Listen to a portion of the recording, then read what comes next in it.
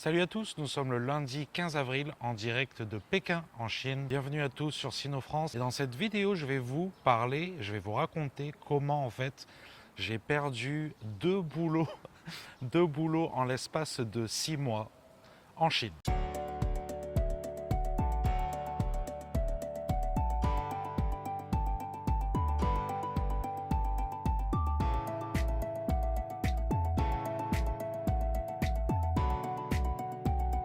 Alors ceci n'est pas une blague, c'est la réalité. On va en profiter pour parler de la situation économique. Mais là, juste derrière moi, en fait, je ne sais pas si vous avez vu, plutôt de ce côté-là, voilà. En fait, je suis dans un parc à côté de chez moi. Et c'est un parc voilà, où on peut faire du sport. Il y a un mec là-bas derrière moi qui fait son tai chi, juste là. Et en face de moi, il y a des gens qui font du ping-pong en fait. Et les mecs, ils sont là toute la journée. Sauf entre genre midi et deux quoi, sûrement parce qu'il est trop chaud et que c'est l'heure de manger. Mais ils sont là dès le matin et ils sont là toute la journée quoi. Donc vu que c'est juste à côté de chez moi, là je suis en bas de chez moi et je vais aller au parc là juste à côté pour continuer la vidéo. Mais je voulais vous montrer ça en fait et je sais pas, je me suis dit est-ce que je filme pas et en fait on m'a rien dit donc voilà j'ai pris quelques shots là de vidéo. Et voilà, ça se passe bien, pas de soucis. Je me suis mis un peu à l'écart quand même pour pas les déranger, mais bon, je pense qu'ils s'en foutent un peu. De toute manière, en Chine, tu fais un peu ce que tu veux, quoi. Tant que tu déranges pas les autres, il n'y a pas de souci. Et puis le droit à l'image ici, bon, ils s'en foutent un peu, quoi. Ils s'en foutent un peu. Donc voilà, écoutez les amis, on profite de ce que l'on peut. Voilà. Allez, je me dirige vers le parc.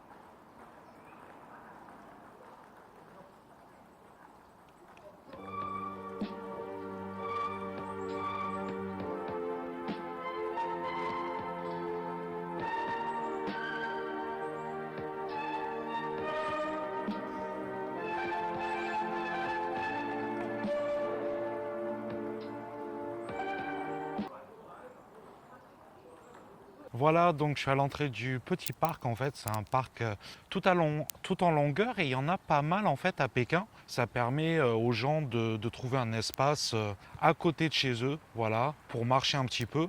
Là, je tiens à préciser qu'il est quand même 7 heures du matin. Voilà, donc je me suis levé à la fraîche pour faire cette vidéo.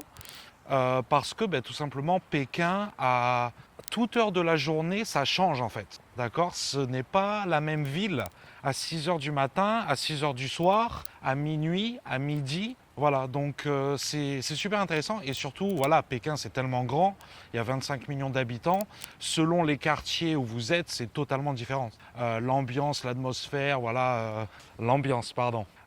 Et du coup, voilà, peut-être vous allez aller dans des zones où c'est que des bureaux, voilà, où les gens vont travailler. Là, par exemple, je suis dans un parc, il y a personne, c'est 7 heures du matin. Voilà, c'est vraiment tranquille. En plus, là, c'est le printemps. Je sens les fleurs, là, les parfums des fleurs. C'est vraiment top. Et ils font vraiment un gros effort sur ça, quoi, la nature. Les Chinois, ils adorent la nature, maîtriser la nature, s'en occuper. C'est vraiment très chinois, d'accord. C'est asiatique, mais comme je dis souvent, tout en Asie quasiment vient de la Chine. Voilà, c'est le berceau de l'Asie. Vraiment. Donc en fait, ouais, je disais, j'ai perdu deux tafs en l'espace de 6 mois. Et c'est une réalité, les amis. Donc voilà, je vais vous parler un peu de tout ça dans la vidéo, tranquillement. Donc moi, je suis dans l'éducation, je travaille dans l'éducation. Et j'ai perdu mon travail, je travaille dans une grande école, très connue, très cotée à Pékin. J'ai passé 5 ans avec eux, vraiment super, top, aucun regret, tout s'est bien passé. Mais voilà, j'ai perdu mon taf, j'ai pas envie de m'étaler là-dessus, ça sert à rien. Et franchement, je suis très content. Je suis très content. J'ai vécu ça un petit peu comme une libération. Alors, peut-être vous allez me dire, ouais, t'as perdu ton taf en Chine et tout. Mais les gars, c'est comme si j'avais perdu mon taf n'importe où. D'accord, ça arrive. C'est des choses qui arrivent. Et en fait, voilà, j'ai rebondi. Et c'est surtout sur ça dont je voulais parler. Et du coup, bon, j'ai retrouvé un taf derrière. Et là, qu'est-ce qui s'est passé? L'endroit pour lequel je travaillais, la manageuse en fait, qu'est-ce qu'elle a fait? Elle a créé en fait sa propre entreprise derrière, d'accord. Donc en fait l'entreprise a fermé. Je travaille pour une autre entreprise à ce moment-là. L'entreprise a fermé à cause d'elle. vu qu'elle est partie. Et elle a ouvert sa propre entreprise en faisant exactement la même chose. D'accord? Elle fait exactement la même chose. Et elle a récupéré toute la clientèle et même le staff en fait. Et même le staff. Voilà.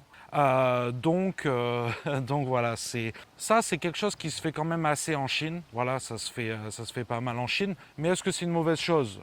Moi, je en veux pas.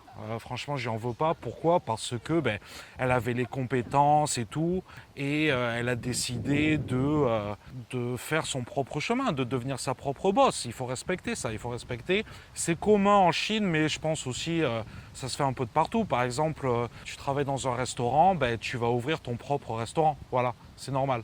Et puis la meilleure preuve elle est bien, c'est que toute la clientèle l'a suivi. D'accord? Voilà.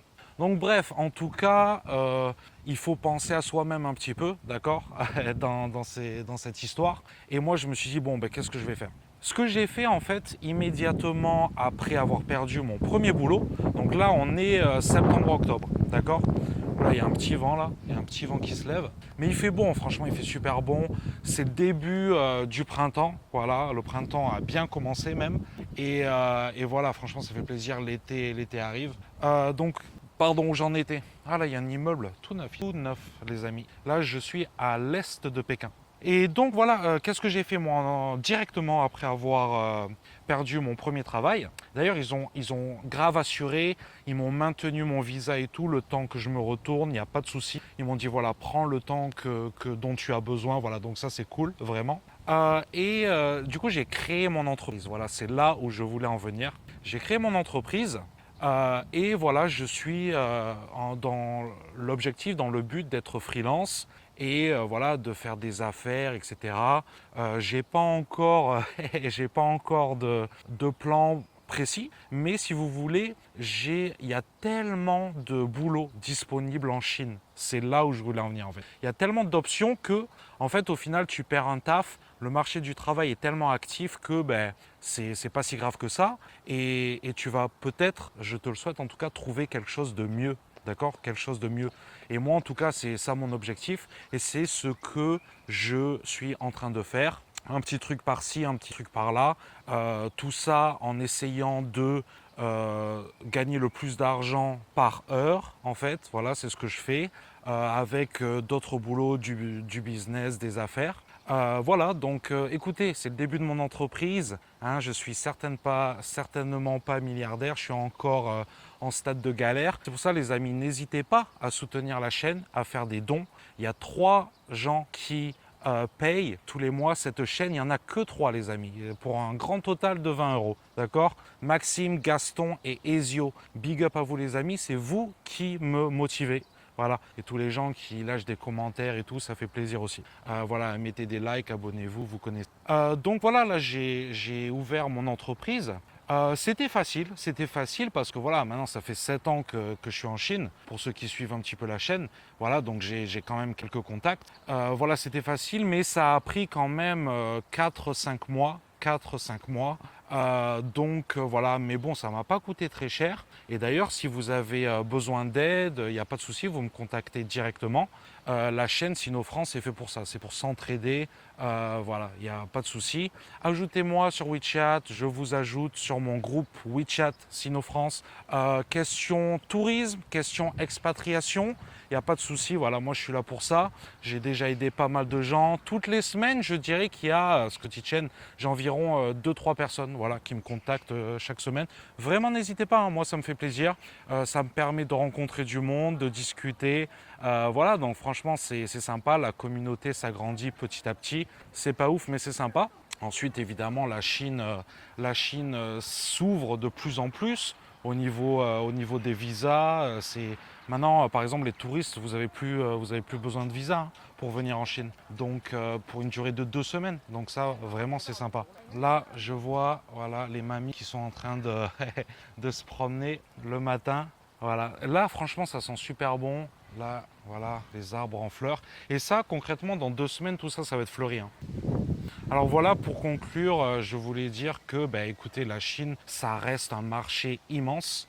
J'entends de partout, oui, en Chine, l'économie, ça baisse et tout, mais écoutez les amis, voilà, restez en France hein, si vous voulez, il n'y a pas de souci, ou ailleurs, j'en sais rien, mais moi en tout cas pour la Chine, je suis ultra confiant, d'accord, dans cette ère post-Covid, n'est-ce pas? Je suis ultra confiant et franchement ça se passe super bien, mais après il faut connaître, voilà, faut connaître, faut s'entraider. Moi, vous savez, je ne parle pas chinois, d'accord? Je ne parle pas chinois, mais bon, ça fait tant que je suis là, ça fait 7 ans que je suis à Pékin, donc évidemment que c'est possible. Après, si vous parlez chinois, c'est vraiment un plus. Je vous recommande d'apprendre le chinois. Que nous soyons clairs là-dessus, soyons clairs là-dessus. Voilà, mais après, tout est possible, vraiment, d'accord? La Chine, c'est vraiment une terre d'opportunités, un pays d'opportunités. Il y a une culture immense qui n'attend que vous. Voilà, venez découvrir la Chine, vraiment, je vous y invite. Même si c'est qu'en tant que touriste, voilà, c'est si vous pouvez vous le permettre financièrement, parce que c'est vrai qu'il faut payer le billet, l'hôtel, la nourriture sur place, plus quelques dépenses, peut-être les cadeaux, acheter un panda en peluche, n'est-ce pas? Donc voilà, et puis c'est tellement grand en parlant de pandas. Les pandas, c'est à Chengdu, les amis, hein. C'est pas à Pékin, à part dans le zoo, d'accord? Donc voilà, il faut que vous alliez à Shanghai, à Pékin, au Xinjiang, d'accord? Kashgar, j'y suis allé. La porte de la Chine, la porte de l'Orient. Shanghai, la perle de l'Orient. Voilà, d'accord? Kashgar, c'est chez les Ouïghours là-bas. D'ailleurs, j'ai fait plusieurs vidéos sur place sur le sujet. Voilà, donc Urushmi, c'est pareil. Il y a le Tibet avec Lhasa. Tout ça, c'est Xi'an. C'est des endroits, et j'en oublie, d'accord, le Shandong dans le nord. J'oublie plein d'endroits. La Chine, c'est vraiment multiculturel. Je crois qu'ils ont 52 ou 56 ethnies. J'oublie à chaque fois le nombre exact. Je compte sur Yang Hui pour me corriger, parce qu'à chaque fois il le fait. Big up à toi, mec. Donc voilà, je suis content quand même, super content de mes nouvelles aventures. Évidemment, je vous tiens au courant, je vous tiens au courant. Et je vais faire plus de vidéos comme ça pour vraiment un peu plus raconter ma vie. Moi, j'aime pas trop me livrer, mais voilà, je pense que ça peut intéresser des gens. Et puis surtout aussi en extérieur. Je vais aller, je vais essayer, je vais me motiver. Mais bon, la motivation, ça vient de vous, les amis, il n'y a pas de secret. Je vais me motiver pour aller visiter des endroits vraiment sympas. Alors bon, ce parc, il est sympa, hein, bien sûr, hein, mais vraiment, voilà. Moi, ce que j'aimerais faire, c'est aller visiter des usines, voilà. Ce qui se fait en Chine, en fait. Ce qui se fait en Chine. Évidemment, des lieux touristiques, etc. D'ailleurs, voilà, si vous avez des idées, l'espace commentaire, il est là pour ça. Voilà, sur ce, les amis, je vous laisse et je vous dis à bientôt. Ciao.